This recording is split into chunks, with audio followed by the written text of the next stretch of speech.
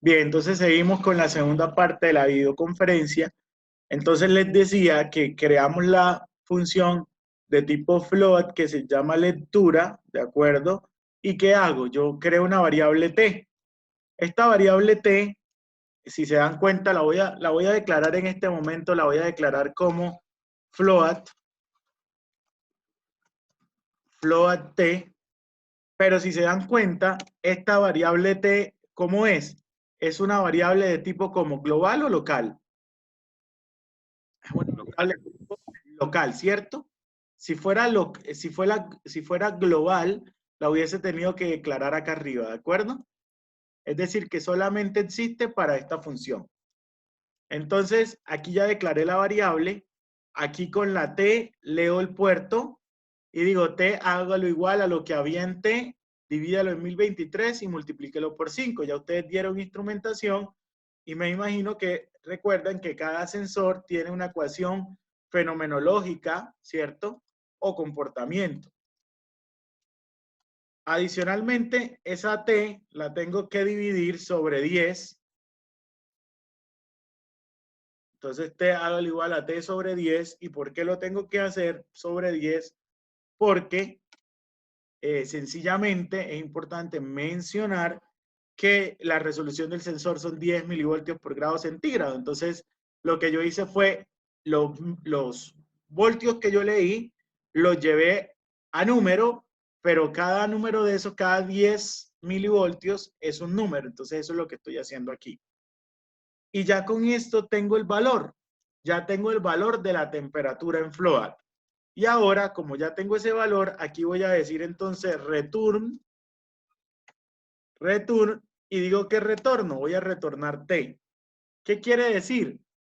Que yo entro a la función, hago toda la operación y devuelvo el valor de t. ¿Pero a dónde devuelvo el valor de t? Como es una función con retorno, quiere decir que m, que fue donde yo llamé la función, va a quedar con el valor de t en este momento. ¿Me explico? Sí, señor. ¿El resto qué dice?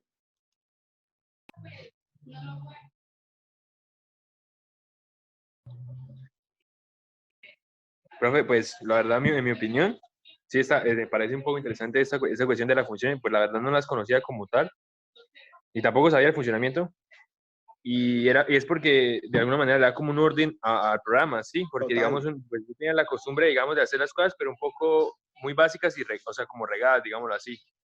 Entonces, y creo que por medio de esas funciones se puede organizar muy bien el programa y digamos como tener un control y saber realmente lo que funciona, pues aplicarlo realmente a lo que sí, a lo que se Sí, necesita y eso. esa es una gran ventaja que tiene.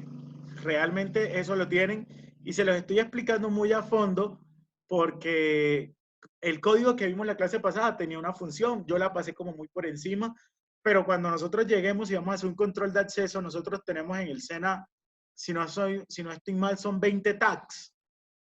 Entonces tengo 20 tags, tengo 10 tarjetas y 10 tags. Entonces, pues, ¿cuál es la idea?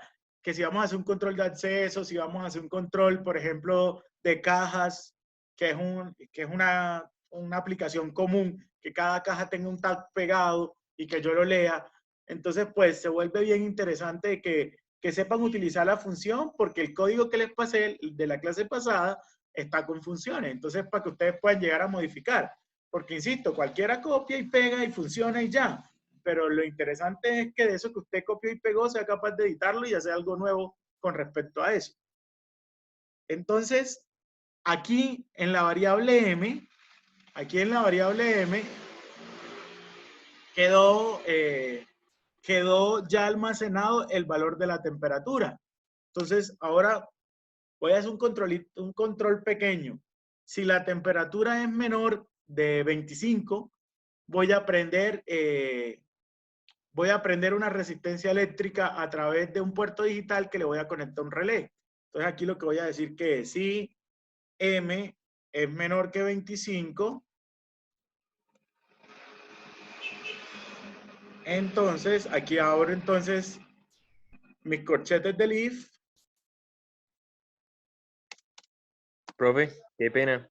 Señor. Con respecto a lo que dije hace un segundo y trayendo a colisión algo, es, digamos, ese como tal, ese control que se está haciendo con la función float lectura que nos explicó, y bueno, ¿se podría hacer solamente con la función void-loop?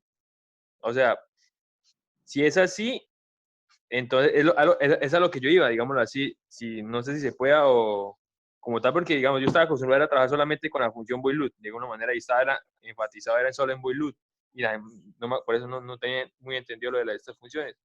Entonces, no sé si como tal se puede hacer solo en Boilut, se organiza como tal la idea de que se puede hacer, o si es necesario como tal la función, y es por eso, por el orden y como tal la estructura de un programa bien hecho. No, tú puedes, o sea, si se dieron cuenta cuando les empecé a explicar funciones, yo hice un programa tradicional, ¿cierto?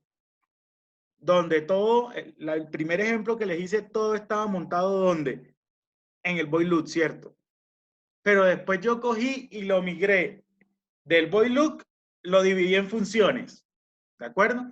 Entonces, ¿qué es lo que normalmente uno suele hacer? Combina entonces el void loop con funciones. Ya les muestro un ejemplo más elaborado, ¿sí? Entonces, me regalas un momentico y ya te lo muestro. Sí, señor, tranquilo. Terminemos el controlito aquí. Entonces, si m es menor que 25, les dije que prendía una resistencia. Entonces, aquí digo digital write. Digamos que lo voy a poner en 13 para no complicarme. Lo voy a poner alto. Ahí prendí. Y si no, perdón. Y si no, lo apago.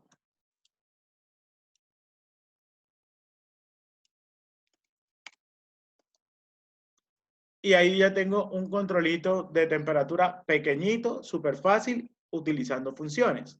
Ahora te voy a mostrar este código. No sé si hay alguna pregunta de lo que acabé de hacer. Si hay alguna pregunta, me la hacen con toda tranquilidad. Y acá tengo otro programita.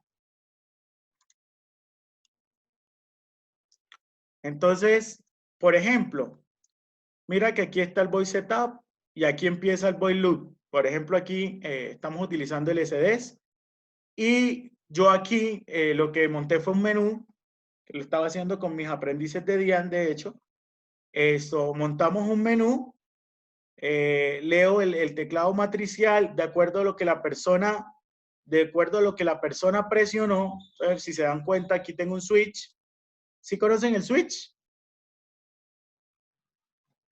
Sí, señor. Ok. Sí, por encima, dígalo así. Entonces, ojo que esto es dentro del void loop, ¿sí? Entonces, ¿qué sucede? Aquí, por ejemplo, vamos a separar estos corchetes para que se vea mejor. ¿Y qué va a suceder? Mire que dependiendo del valor, entonces aparecen los casos. Entonces, si es el caso 1, me voy al set point. Fíjese que me salgo del void loop, que es donde yo estoy trabajando, porque todo esto está dentro del void loop. El void loop empieza aquí y termina aquí. ¿Sí? Entonces, en ese momento en que pasó ese caso, me salgo de ese void loop y me voy a trabajar a la función. Ejecuto todo este código que hace referencia a esa función. Aquí termino. Cuando ya la termino, me devuelvo ¿para dónde? Para donde me invocaron, que en este caso fue aquí. Termino, me encuentro con el break y otra vez me devuelvo al void loop. Entonces, si te das cuenta, uno lo que hace en últimas es combinar la función con quién, con el void loop. Entonces, Ok, es como, lo que tú decías precisamente, eso lo que te permite es organizar tu código un poquito más. Y sobre todo, si lo tienes que repetir varias veces, pues solamente lo escribes una vez y lo invocas alrededor de la función. No es más, ¿de acuerdo? eso fue una buena conclusión, gracias, profesor. El resto, ¿qué dice? ¿Vamos bien? Sí,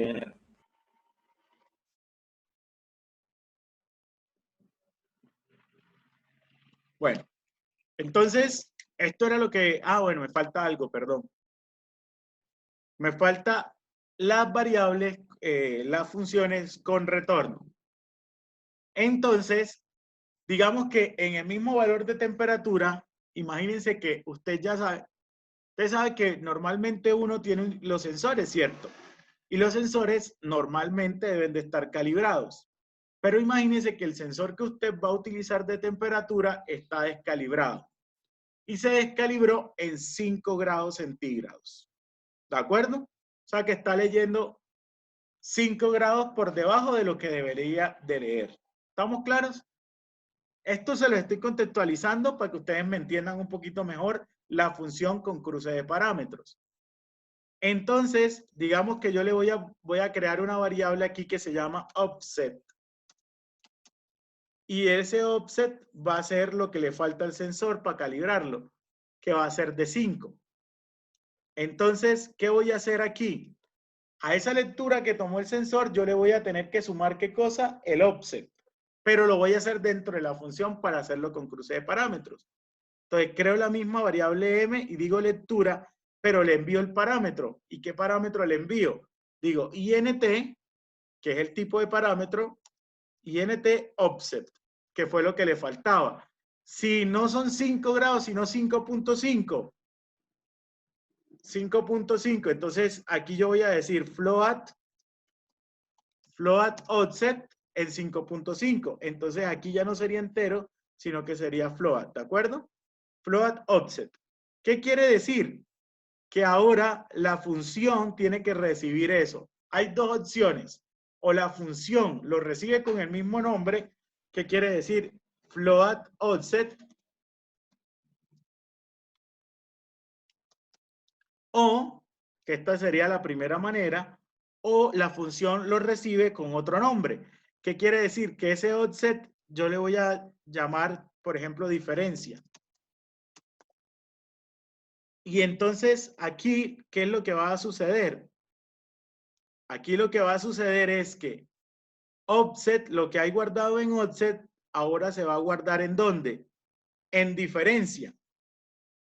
Y antes, por ejemplo, de enviar el valor, yo digo t hago el igual.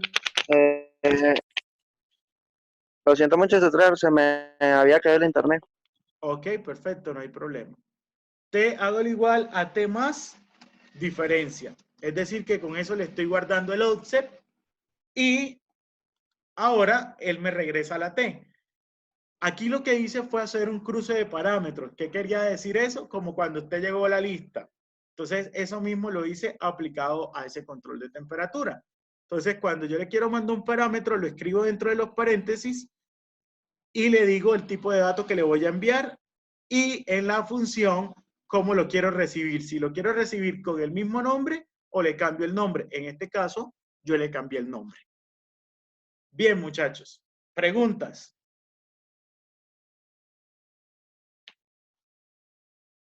¿Vamos claros? Sí, señor. Bueno, entonces vamos a dar ya de grabar, para que no nos pese tanto.